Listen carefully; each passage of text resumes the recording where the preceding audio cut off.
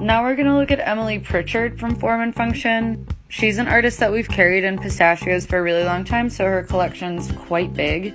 But first we're gonna look at some of her necklaces and her bracelets. Most of her work uses oxidized silver tubing and 14 karat gold fill tubes, but every once in a while she'll use a bright silver. Another thing to note is that most of her work is one of a kind.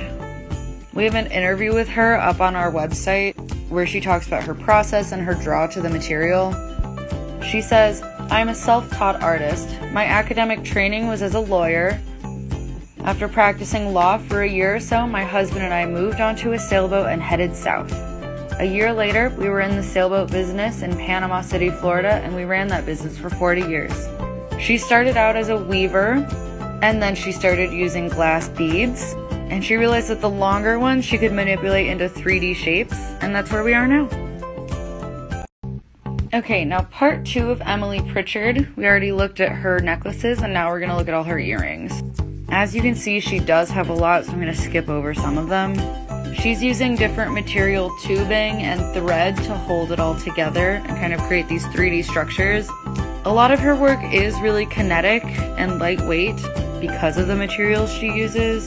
And then in this bracelet, she's using smaller beads as accents between the forms.